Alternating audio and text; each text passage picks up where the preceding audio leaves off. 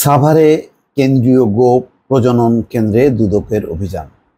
সাদিক অ্যাগ্রোকে প্রতারণামূলকভাবে সহায়তার অভিযোগ। দর্শক, কয়েকদিন আগে জানেন যে মোহাম্মদপুরে তাদের যেই সাদিক অ্যাগ্রোর যেই জায়গাটি তারা দখল করে খামার করেছিল সেটি গুড়িয়ে দেওয়া হয় এবং এর পাশাপাশি উচ্চ বংশীয় গরু বিক্রির নামে যেই পরিস্থিতি, কোটি টাকার গরু, 15 লাখ টাকা দামের ছাগল, এইসবের পর অনেক তথ্য বের হয়ে আসছে। বলা হচ্ছিল যেই গরুকে মানে ব্যান করা হয়েছিল বাংলাদেশে এবং বলা হয়েছিল যে সেটি কেটে মানে মাংস আকারে বিক্রি করা হবে, সেই নিলামে কম দামে কিনে সেই গরু কোটি টাকা মানে তিনি বিক্রি করেছেন বা বিক্রি করার চেষ্টা করেছেন। তো কিভাবে এটি সম্ভব হয়েছে এবং এই ক্ষেত্রে যে সাভারের কেন্দ্রীয় গো প্রজনন এবং দুগ্ধ খামার সেখানকার কর্মকর্তা বা কর্মচারীরা কিভাবে সহায়তা করেছে, কিভাবে সেই গরু তারা কিনেছে, মাংস বিক্রি না করে গরু বিক্রি করেছে, কিভাবে নিলামে সেইগুলো গরু পেয়েছে, এই সব বিষয়গুলো তদন্ত করার জন্য দুদক সেখানে অভিযান চালিয়েছে। এখানে বলা হচ্ছে যে সোমবার বেলা 11টার দিকে দুদকের একটি এনফোর্সমেন্ট টিম এই অভিযান পরিচালনা করে।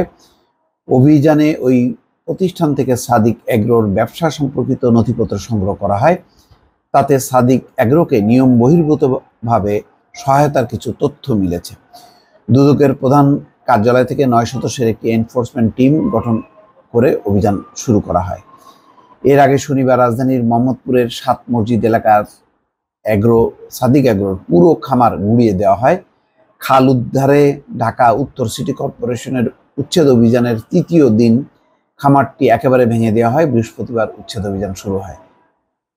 যদিও সাদিক অ্যাগ্রোর মালিক ইমরান বলেছেন যে এটি অবৈধ জায়গায়, এটা যদি উচ্ছেদ করা হয় তো তাদের কিছু নেই, এবং বলা হয় যে এই উচ্ছেদের আগেই কিছু পশু তারা সরিয়ে ফেলে। সাদিক অ্যাগ্রোর পুরো খামার গুড়িয়ে দেওয়ার বিষয়ে সিটি কর্পোরেশনের পক্ষ থেকে ট্রেড লাইসেন্স না থাকা, আবাসিক এলাকায় বাণিজ্যিক ব্যবস্থাপনা এবং খালের পাড় ঘেঁষে স্থাপনা গড়ার নিষেধাজ্ঞার কথা বলা হয়েছে। দেখা যাক এই ঘটনার মধ্য দিয়ে কিছু উদ্ঘাটিত হয় কিনা যে কেন্দ্রীয় গো প্রজনন এবং দুগ্ধ খামারের কর্মকর্তারা কতখানি জড়িত, তারা কতখানি লাভবান হয়েছে। মানে এক ছাগল কাণ্ড দিয়ে দেখেন, এক মতিউর আবিষ্কৃত হলো, তার বিশাল সম্পত্তি, প্রথম স্ত্রী, দ্বিতীয় স্ত্রী, তারপরে তাদের যে সম্পদের বাহার সেটি ধরা পড়লো। একটা অংশ ওই ইফাত যে ছাগল কিনেছিল, সোশ্যাল মিডিয়ায় ভাইরাল হয়েছিল, সে এবং দ্বিতীয় স্ত্রী তারা দেশ ত্যাগ করলো, বাকিদেরকে দেশ ত্যাগে নিষেধাজ্ঞা করলো। এখন প্রথম স্ত্রী আবার আবেদন করেছে মানে এই নিষেধাজ্ঞা প্রত্যাহার করার জন্য। অন্যদিকে মতিউরের সোনালী ব্যাংকের পরিচালক পদ থেকে সরানো হলো। এনবিআর এর যে দায়িত্বে ছিলেন সেই দায়িত্ব থেকে সরিয়ে এনবিআর এ তাকে অ্যাটাচড করা হয়েছে, অর্থাৎ ওএসডি করা হয়েছে। অন্যদিকে যেই বিক্রেতা সাদিক অ্যাগ্রোর, তাদের বিরুদ্ধেই এখন অভিযোগ আসছে যে তারা এত দামি এই পশু কিভাবে তারা বিক্রি করলো এবং তাদের যে স্থাপনাটা আসলে এটা সঠিক কিনা।